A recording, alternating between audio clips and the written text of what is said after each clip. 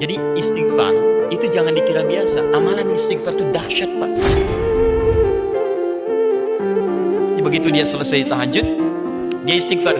Makanya ngatur waktu selepas Ramadan. Kalau nggak bisa bangun lebih awal, mendekat ke arah fajar. Fajar 4:30, bangunlah mesti jam 3. Siap-siap dulu, kan? Mandi macam-macam, sholat.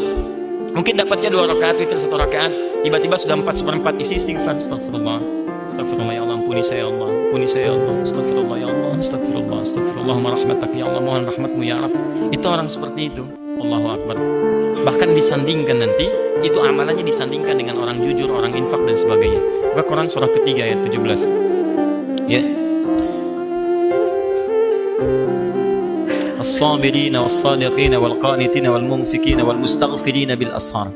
Itu mustaghfirina bil ashar, orang-orang yang rajin istighfar di waktu sahar, waktu menjelang fajar. Itu disandingkan dengan orang sabar.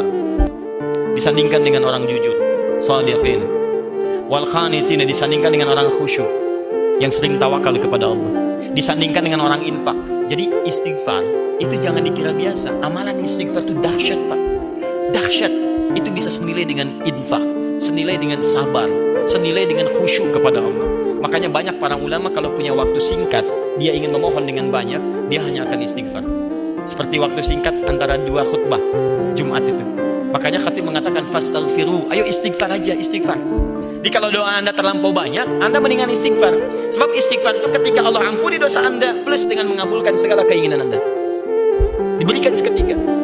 Kan saya pernah kisahkan dulu, kisah tukang roti dengan salah seorang imam besar itu, Imam Ahmad bin Hanbal. Pernah saya kisahkan kan?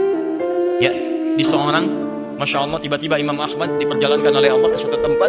Begitu jalan, capek, ya, beliau ingin istirahat, satu masjid. Begitu masuk, diusir oleh marbat masjid, imam besar. Karena cuma tahu aja Imam Ahmad, tapi nggak pernah melihat parasnya. Kan dulu belum ada media sosial. Ya, sekarang kan udah bisa bikin status. Tapi masuk, ya lah, ukhruj, keluar. Lana astari, Imam Ahmad tahu hukum fikih, saya istirahat sejenak. La, barah. Kasar, barah. Barah itu udah kasar. Ukhruj itu keluar, barah kasar. Masya Allah, keluar, istirahat di luar di selasaran. Kata marbot ini, ente, roh, hena, roh. Ukhruj masih sopan. Barah kasar. Roh. Itu lebih kasar lagi. Roh. Keluar dengan roh-rohnya sekalian. Keluar, rohnya pun nggak boleh di sini. Keluar. Ini paling kasar lagi. Jadi kalau Anda ke Mesir daerah itu, kemudian orang mengatakan roh, itu sedang marah. Roh, ente roh. Saya punya roh di sini. Roh, saya punya roh. Gak usah dilawan, sedang marah.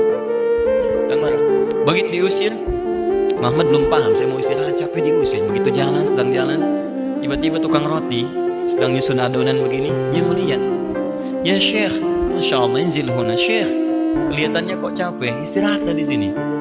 Istirahatlah Imam Ahmad, memang capek. Begitu sedang istirahat, diperlakukan dengan luar biasa indahnya, sopannya, takrimnya. Tiba-tiba tukang roti ini bikin adonan. Setiap dia membuat, dia selalu istighfar. Astagfirullahaladzim, astagfirullahaladzim, astagfirullahaladzim. Tata istighfar lagi. Imam Ahmad paham, tahu beliau, cuma ingin menguji, dia bertanya. Ya Syekh, katanya, Masya Allah, ya kisana, saya perhatikan Anda setiap membuat sesuatu Anda istighfar. Maaf faedah istighfar ini. Apa sih manfaat dari istighfar itu? Masya Allah, wallahi, kata beliau ini, tidak pernah saya mengerjakan sesuatu dan saya selingi dengan istighfar, disandingkan dengan istighfar, kecuali Allah selalu kabulkan apa yang saya mohonkan kepada Allah. Cuman satu aja yang belum terkabul sampai sekarang. Apa itu? Wallahi, saya bermohon kepada Allah supaya saya sebelum meninggal atau orang itu meninggal, saya berjumpa dulu. Saya ingin berjumpa dengan Imam Ahmad bin Hanbal. Sampai sekarang belum terkabulkan. Saya bermohon kepada Allah sebelum saya wafat atau sebelum sang imam wafat, saya ingin bertemu dengan beliau. Saya istighfar, belum terkabulkan.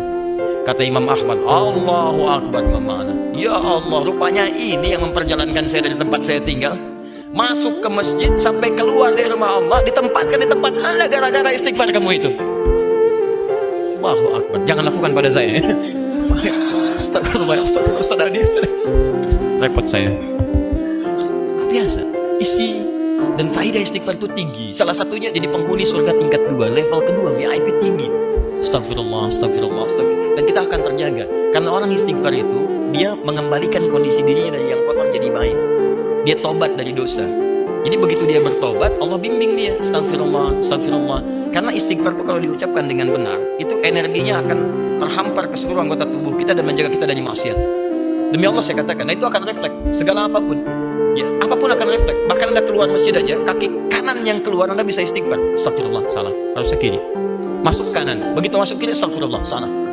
Ya, pakai sendal mirip, ternyata punya orang, astagfirullah, salah. Jalan tuh, nggak ada astagfirullah, salah. Pakai aja astagfirullah, astagfirullah, nggak ada begitu. Betul. Semua gitu ya, gambar yang macam-macam segalanya. Itu enak. Kalau udah terbiasa tuh enak. Astagfirullah, astagfirullah. Ke busway, di angkot, astagfirullah, astagfirullah, astagfirullah. Ya, assalamualaikum warahmatullahi wabarakatuh. Bapak nama siapa? Astagfirullah. Pokoknya enak lah.